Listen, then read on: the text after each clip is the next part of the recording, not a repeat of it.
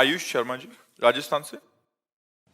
राधे राधे महाराज जी। महाराज जी, हमने आपके श्रीमुख से सुना है कि बस श्री जी के आश्रित हो जाओ तो भगवत प्राप्ति हो जाएगी, लेकिन ये मन तो हर जगह संसारिक चीजों और व्यक्तियों का आश्रय लेता रहता है। तो महाराज जी, सारे आश्रय मिटाकर एकमात्र श्री जी का आश्रय कैसे प्राप्त होगा? नाम जप से। जितना भजन करोगे, किसका प्रश्न है, जितना भजन करोगे उतने मन निर्मल होगा। निर्मल मन अनासक्त होता है और मलिन मन आसक्त होता है। विषयों में आसक्त, व्यक्तियों में आसक्त, पदों में आसक्त, संसार के भोगों में आसक्त मन भगवद आश्रय नहीं लेता। जो अनासक्त मन हो जाता है, निरपेक्ष हो जाता है, निर्विषय हो जाता है, वही भगवद आश्रित होता है। भगवद आश्रय में सब कुछ छूट जाता है।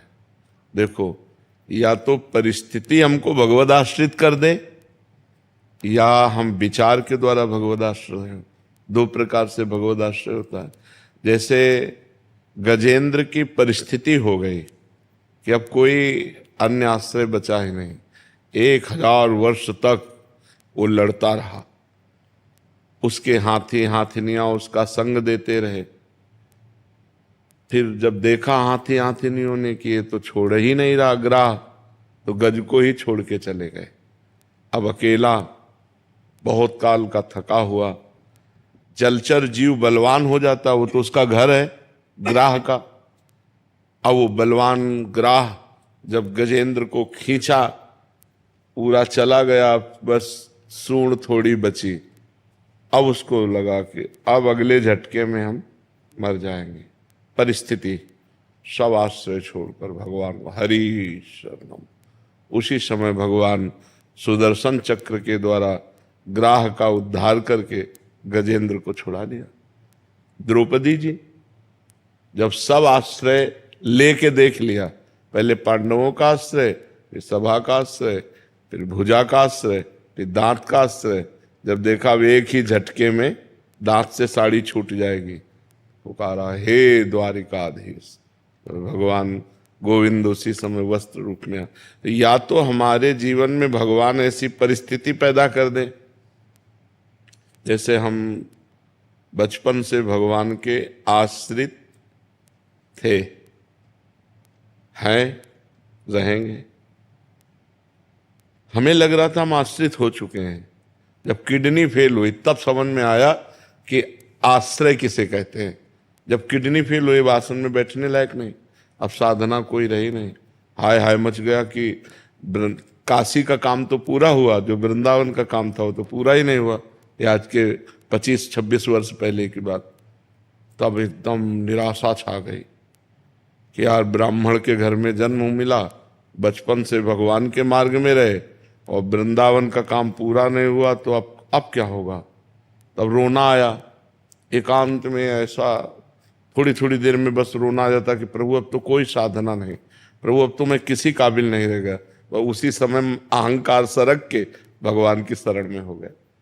बस फिर उसी दिन से आनंद ही आनंद, आनंद ही, क्योंकि अहंकार करता था ना, मानते थे कि हम साधना, पर वो साधना का अहंकार था।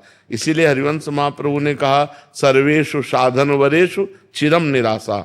श्रेष्ठ श्रेष्ठ साधना का भी अहंकार नहीं होना चाहिए, नहीं तो भगवत प्राप्ति में बाधा हो जाएगी, वो भगवत प्राप्ति की योग्यता खो देता है। ये तब समझ में आया जब किडनी फेल हुई।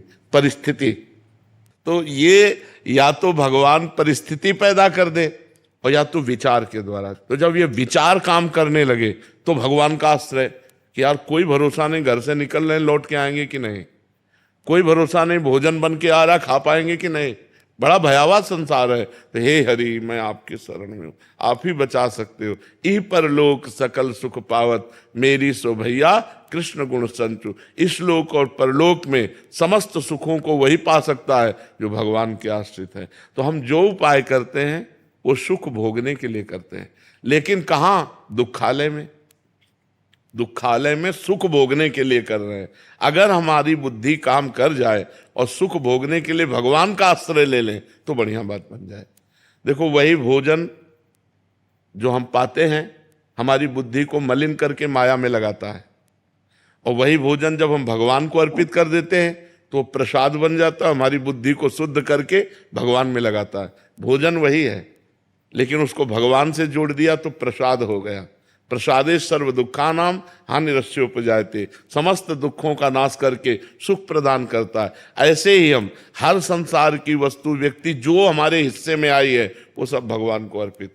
मैं नाथ सकल संपदा तुम्हारी, मैं सेवक समेत सुत नारी।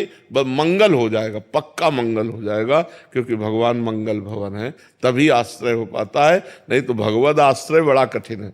एक बार हमने एक अपने मन की दुर्बलता देखी। गंगा किनारे, अब 10-5 किलोमीटर कोई नगर नहीं, और दिन डूब गया था, सर्दी का समय, भीषण कोहरा, अंधकार छा गया। अब जी घबराया कि कोई मंदिर या कोई गांव का आश्रम कुछ तो नजदीक होना चाहिए। अब ऐसे सियारे खा जाएंगे, जो गंगा किनारे लाश खाने वाले कुत्ते और सियार होते हैं, जिंदा आदमी को खा जाएंगे रात में पा जाए तो हाँ, मांसाहारी होते हैं वो तो मनुष्य के चीत के पाते हैं। अब एक मन में घबराहट सी पैदा हुई, मन की दुर्बलता। थोड़ी दूर में एक प्रकाश दिखाई दिया, जैसे कोई बारी खेत लगाने वाले अपना कुछ ऐसा, तो मुझे विश्वास हुआ कि कोई है। तब बड़ा अंदर खेद आया कि यार वो आदमी हमारी रक्षा करे कि ना करे, वो दूर प्रकाश दिखाई दे रहा तो विश्वास हो गया कोई है, हिम्मत आ गई।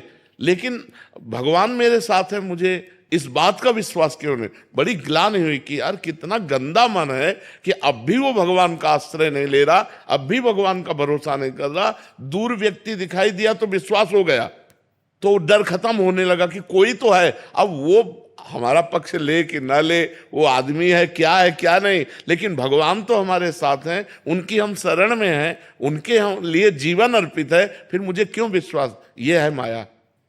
तो भगवान की कृपा से ही भगवान का आश्रय होता है, भगवान की कृपा से ही भगवान में विश्वास होता है, भगवान की कृपा से ही भगवान का भजन होता है। इसलिए भगवान के आश्रित होकर भगवान से एक ही बात मांगे कि आपका भजन मिल जाए। बस भजन मिल गया तो सब कुछ मिल जाएगा, और भजन नहीं तो कुछ नहीं। मकान, दुकान, स्त्री, पुत्र, परिवार सब यही, शरीर सब खत्म। तो ये विचार जब हमारे अंदर दृढ़ हो जाए, घटना तो सबको ही देखता है, लेकिन प्रभाव कहां पड़ता है हमारे ऊपर? राम नाम सत्य है, कितनी लाशें हम जला आते हैं, लेकिन ये सोचते हैं क्या कि यही हाल मेरे शरीर का होगा? अगर ये सोच ले तो घबराहट पैदा हो जाए, और घबराहट पैदा हो जाए तो भगवान की शरण हो जाए।